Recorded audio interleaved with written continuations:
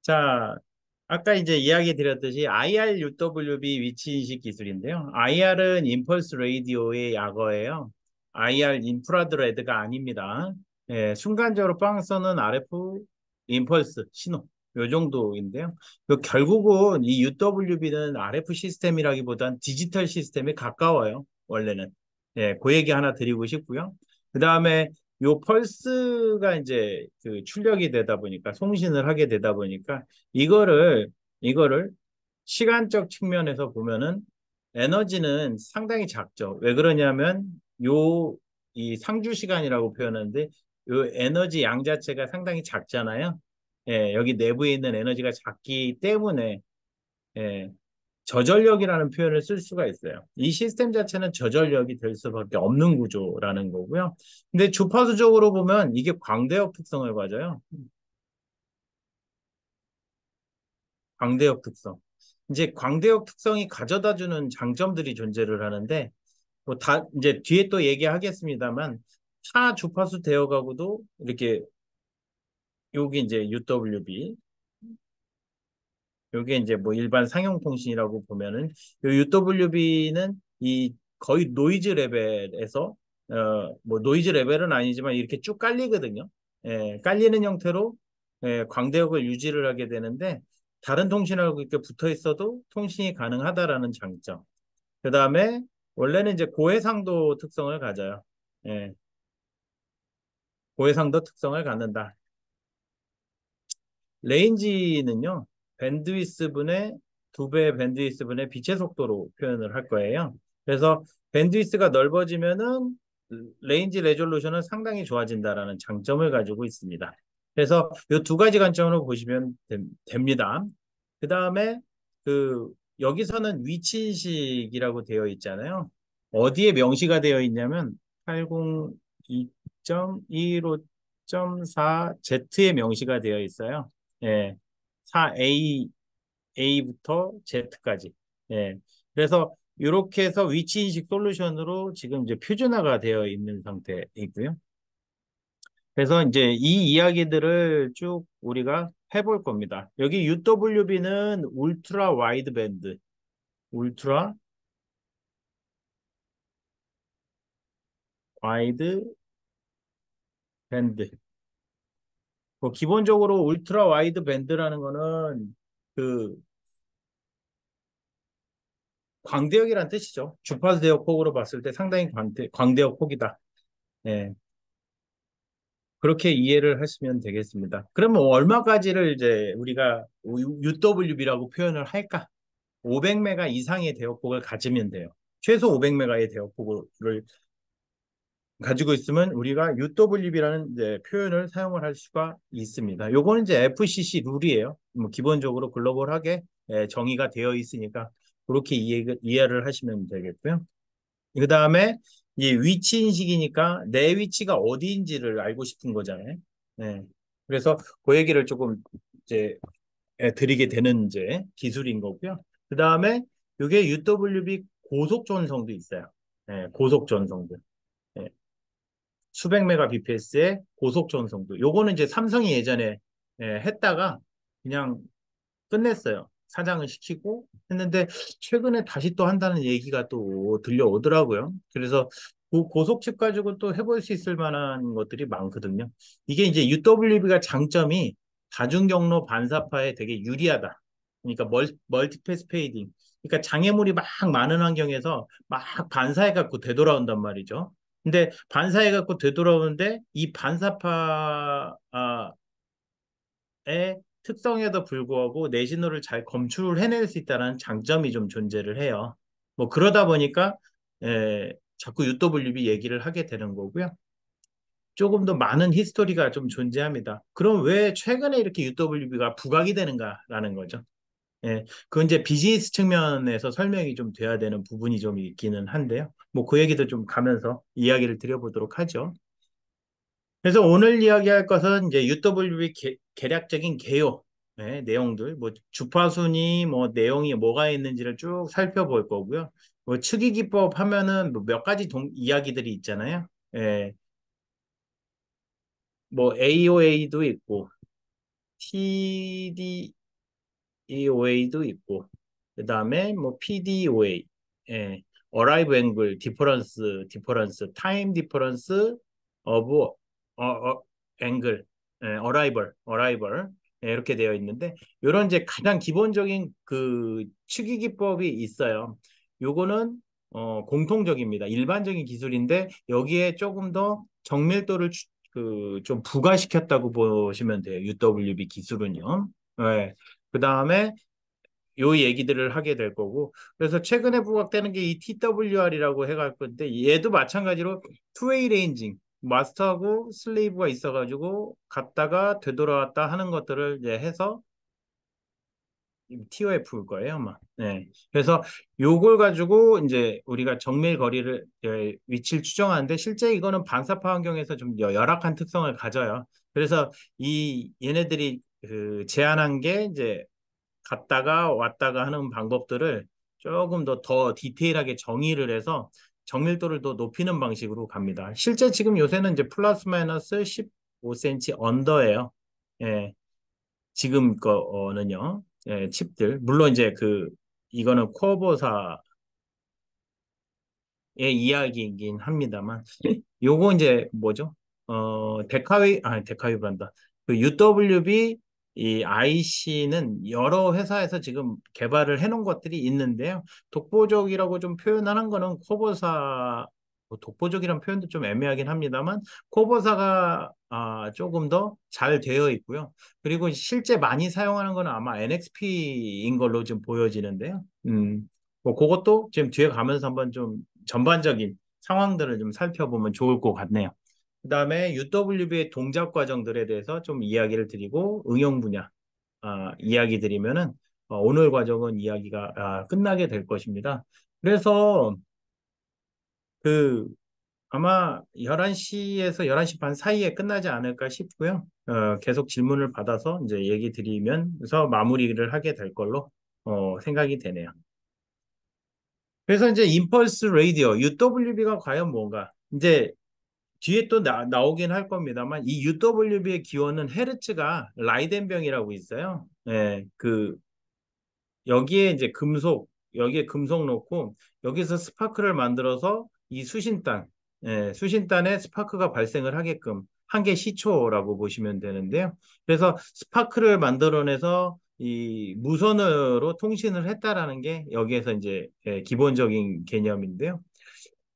네, 그래서 요 개념을 이용을 해서 이제 만들기 시작을 합니다. 뭘 만들었냐면 뭐 이렇게 사용도 좀 됐고요. 그다음에 GPR이 좀 어떻게 보면 어원이 되는데 이게 어떻게 보면 처음에 시작은 레이더로 시작이 됐다고 보시면 됩니다.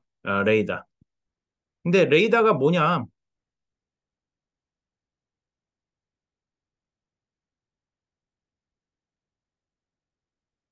레이더가 뭐냐면요.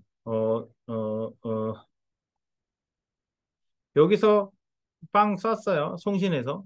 쏴가지고 이 물체를 맞고 되돌아오는 반사파를 이용을 해서 속도, 거리, 위치를 알 수 있어요. 예, 요 개념이 레이더인데 요건 이제 전자파가 되겠죠. 이 순간적인 펄스파도 어떻게 보면 전자파의 일환으로 표현이 될 수가 있는데 그래서 스파크를 이용을 해가지고 통신을 했다. 인데 그 처음에 UWB가 조금 좀 썼던 게 어떤 거냐면은 빙벽 두께, 쉐빙선 있죠?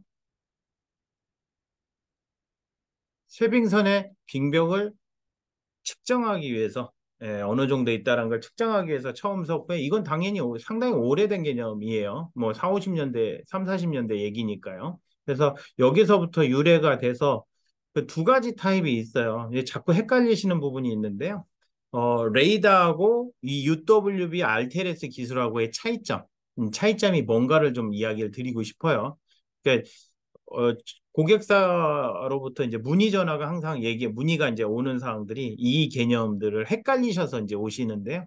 이 레이더라는 것은 말씀드렸지만 통신파를 이용을 해서 물체에 맞고 되돌아가는 반사파를 이용을 해서 속도, 거리, 위치를 찾아낼 수 있다라는 거. 예, 그러니까 여기서 이제 펄스파가 나간다고 하면은 이 펄스파가 되돌아오는 거죠. 예, TOF 방식이라고 보시면 돼요. 타임 오브 플라이트. 예, 타임 오브 플라이트, 채공 시간이라고 표현을 해야 되나요? 갔다가 되돌아온 시간을 측정을 한다고 보시면 되겠고요.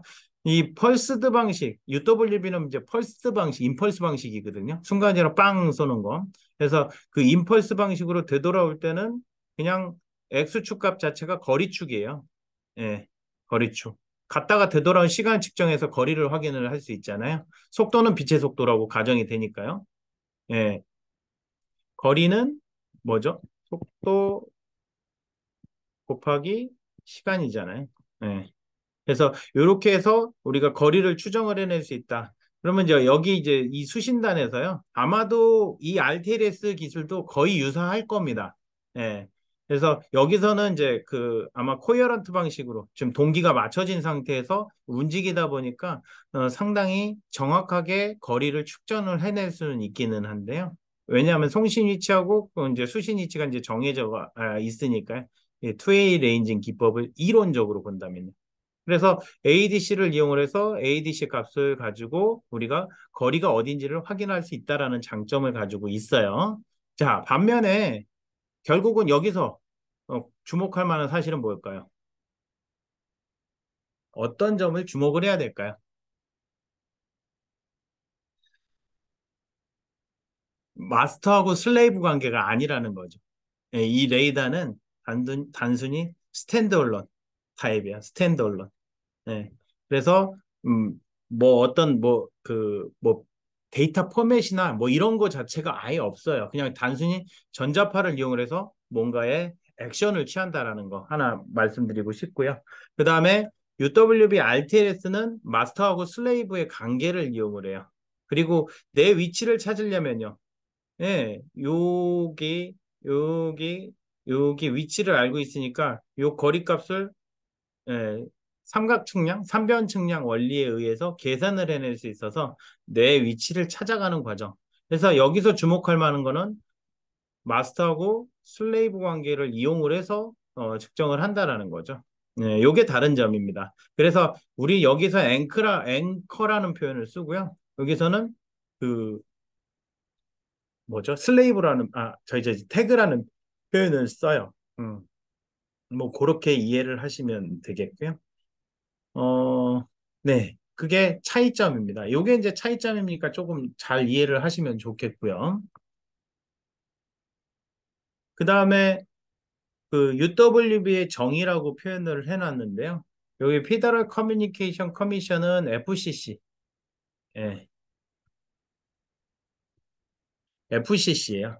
예, 그 관리국이라고 표현을 해야 할까요? 예, 그런 쪽에 그 관여하는 기관인데요. 미국 기관이에요. 여기서 이제 정의를 한 게 이제 UWB예요. 3기가에서 10기가의 대역폭을 이용을 해서 사용을 할 수 있는 뭔가. 그래서 우리나라는 뒤에 부분 나옵니다만 뒤에서 좀 나뉘어요. 3에서 5기가, 그다음에 6에서 10기가. 이렇게 되어 있고요. 요게 이제 그 UWB 대역으로 사용을 하고 있고요. 그다음에 여기서 이제 대역폭은 이렇게 20% 이상, 이 대역폭이 20% 이상 혹은 밴드위스가 500MHz 이상인 거, 이상인 때를 우리는 UWB라고 표현을 한다. 조금 더 들어가 보면 여기서 3에서 6기가 사이에 전력 밀도를 보면요. 이렇게 41.3 dBm per Hz, 메가헤르츠 1메가예요. 예, 그래서 이렇게 구성이 되어 있다. 라는 거 하나 보시면 되겠고요. 마이너스예요. 예. 전력 밀도가 상당히 낮다. 근데 실제 이 전력 밀도 개념에서 보면 그런데요. 우리가 실제 이야기하는 파워 개념에서 보면 그렇게 낮은 파워는 아니에요. 뭐 계산을 좀 해봐야 되겠습니다만. 자, 여기서 이제 그 표준화된 거를 여기서 좀 보게 되는데요. 원래는 3.1에서 4.8기가까지 사용을 하고 7.2에서 10기가까지 이제 이렇게 되어 있었는데요. 그래서 지금은 좀 바뀌었다고 보시면 되겠는데, 이렇게 되겠네요. 이렇게. 그래서 좀 주파수 대역이 좀 이제 6기가까지 지금 되어 있는 상태고요. 여기는 이 부분이 대역이 회수가 됐어요. 안 써요. 그럼 결국은 남아있는 거는 좀 여기 보기 어려우니까 예. 4.2에서 4.8기가가 한 대역이 이렇게 남아 있고요. 그 다음에 6에서 10기가. 여기서도 이제 골라서 쓸 수밖에 없는데요. 예, 실제 사용 가능한 채널은 이제 3채널, 5채널, 9채널이라고 보시면 되겠습니다. 뒤에 보면 주파수 대역에 이렇게 할당이 되어 있거든요. 예, 그렇게 보시면 되는데 여기서 이제 주파수 대역이 회수된 이유가 뭐냐 하면은 그 5G랑 겹쳐요.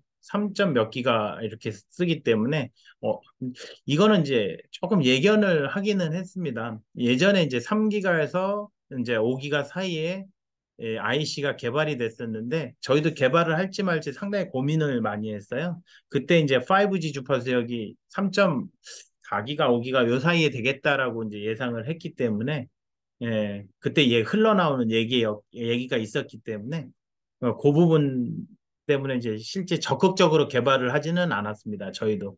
음. 그래서 신규 칩으로 나온 게 이제 저 위에 하이밴드 쪽이에요. 6에서 10기가 돼요. 예, 거기서 두 채널 정도 쓸 수가 있는 거고요, 거기서. 근데 이렇게 대역이 많은 게 이유가 또 있는데, 우리나라에 국한해서 그렇게 보는 거고요. 글로벌하게는 이 UWB, 용도 미지정 대역인 UWB 대역이 되게 다르게 많이 쓰이기 때문에 전반적으로 봤을 땐 이렇게 크게 나눌 수는 있는 거고요. 그 다음에 로밴드 쪽은 DAA 기능이 들어가야 돼요. 그러니까 외부에 어떤 주파수 지역이 이제 나타난다 하면은 회피하는 기능을 가지고 있어야 돼요. 그래야지 쓸 수가 있습니다. 예, 좀 복잡도가 높죠. 예, 그래서. 근데 어찌됐든 간에 저 3에서 5기가의 칩은 존재를 하니까 개발을 해볼 수는 있어요. 근데 예전에 개발한 거죠. 언제 개발했냐면 2010년도, 9년도? 요때쯤 얘기니까요. 한 7, 8년도부터 개발을 했겠죠. 출시된 게 2009, 10, 11, 12년도 4이니까요. 예. 그래서 그 얘기를 하나 드리고 싶고요. 근데 이게 잘 생각을 해야 되는데 3에서 5기가가 유리한 점이 있고요. 7에서 10기가가 유리한 점이 있어요. 그래서 요거를 잘 취사 선택을 해야 됩니다. 어떤 것들을 좀 더 고려를 해봐야 될까? 고려사항.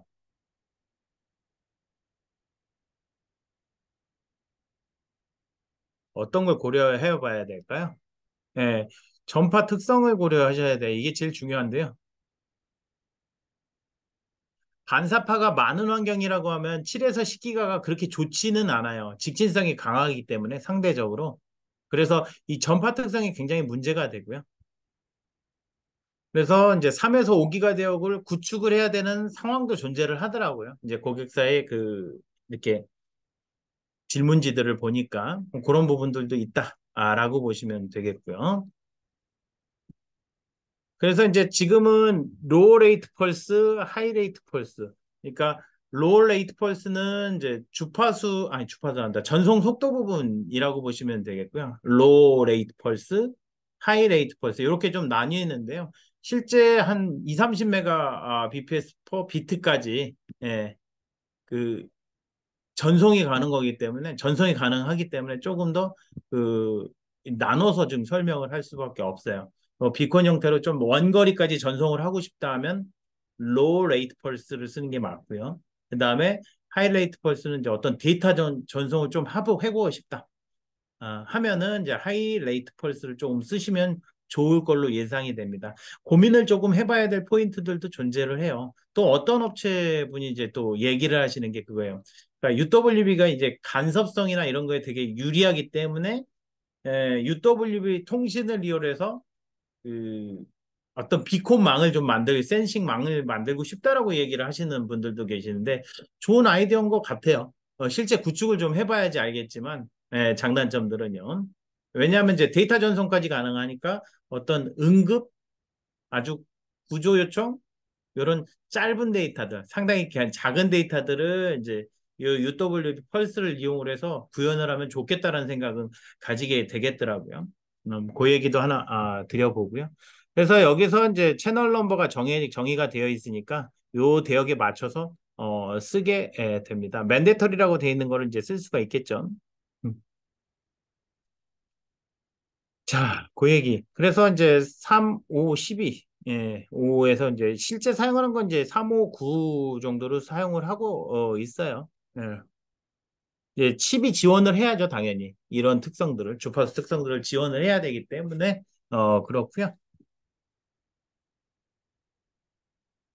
여기 이제 국내 기술 기준으로서는 이제 말씀드렸듯이 4.2에서 4.8GHz, 그 다음에 6에서 10GHz, 그 다음에 여기 이제 전력 밀도 특성은 이제 1MHz당 얼마의 파워가 들어가 있냐, 존재하냐, 점유하고 있냐, 그 얘기를 보시면 되겠고요. 실제 이제 첨두대역이 정의를 해놨어요. 첨두대역의 정의. 그러니까 어떻게 보면 이제 10dBm 정도가 이제 맥스를 쏠 수 있는 한계가 되겠죠. 우리가 일반적으로 얘기하는 파워가 될 수도 있겠죠. 근데 이거는 기술지 기준이니까 이 이상 넘어가면 안 된다는 얘기. 평균적으로 41.3 dBm/MHz의 전력을 가져야 되고 피크 전력으로는 50메가밴드잇을 쓴다면은 0dBm이고 500메가밴드잇을 사용을 한다면 10dBm이다. 예.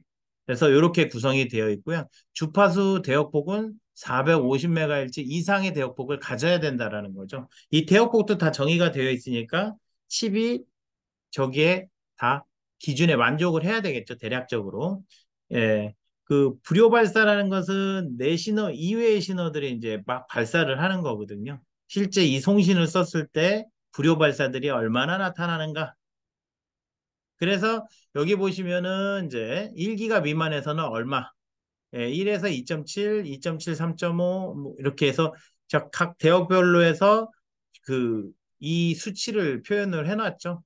이 이상 넘어가면 안 된다는 얘기예요. 근데 저런 것들은 그렇게 문제가 되지는 않아요. 이게 자체가 워낙 파워가 작기 때문에 그 불효 발사 부분에서 문제가 되는 경우는 극히 드물 겁니다.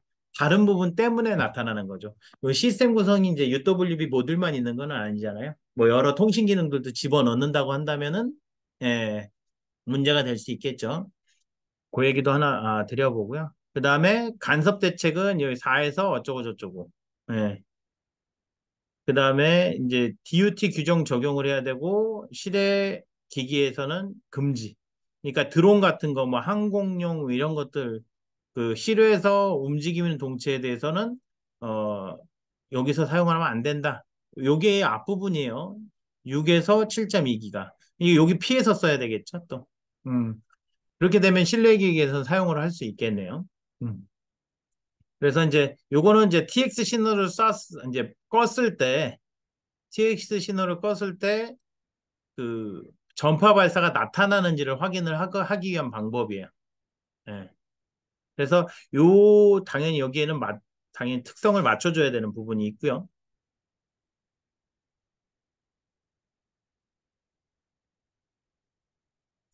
그 다음에 이제 UWB 펄스인데요.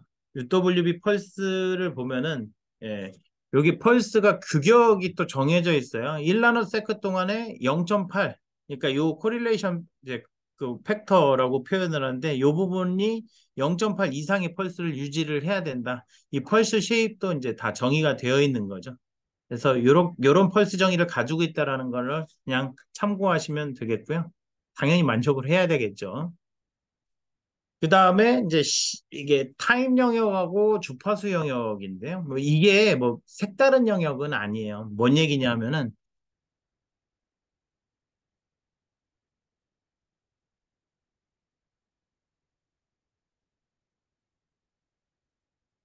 여기서 이제 신호를 이렇게 준단 말이죠.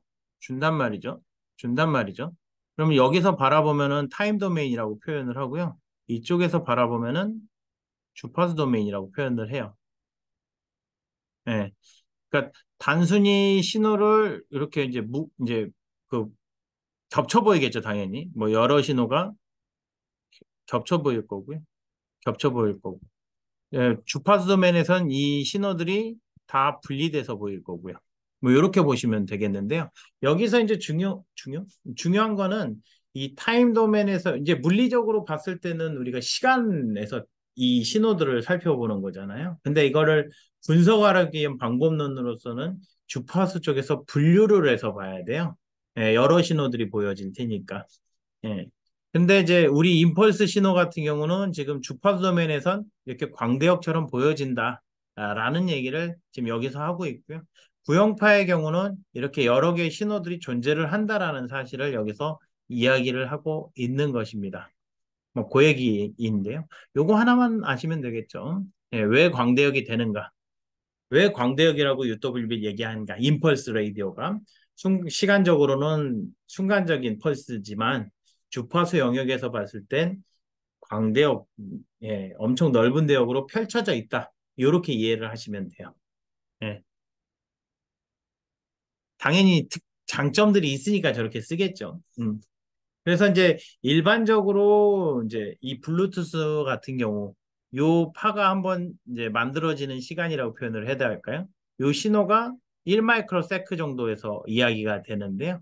그러면 주파수 쪽에서 보면은 이와 같이 짧은 시간 동안 예, 짧은 시간 동안 어떤 신호들이 날아가게 되어 있는데 그거보다 더 짧다는 얘기예요. 짧다. 지금 PSK 방식으로 페이지 시프트, 페이지를 이제 변화를 시켜가지고 지금 예, 그 변조를 지금 걸어주고 있는 상황. 예.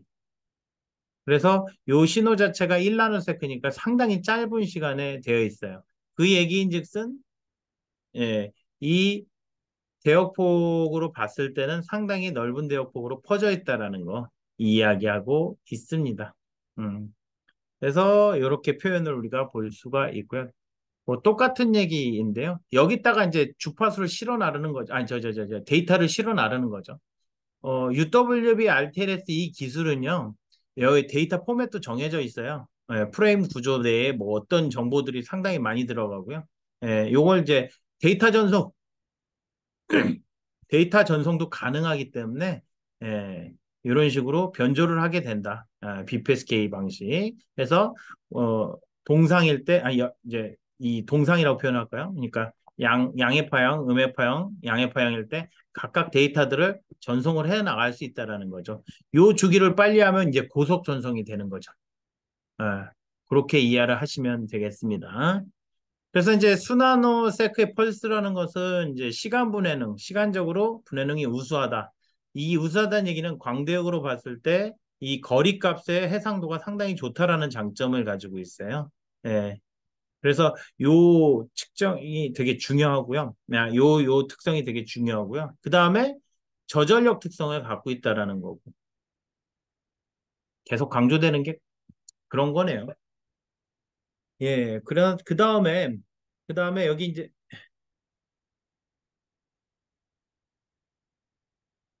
음, 그 다음에 변조 방식으로는 이제 몇 가지 방식을 쓰게 되는데, 뭐 PSK 방식, PAM 방식 여러 가지 방식을 써요. 온오프니까 이렇게 오프 상태 이렇게 되어 있고, 펄스의 위치를 조정을 하는 펄스 포지션 방식.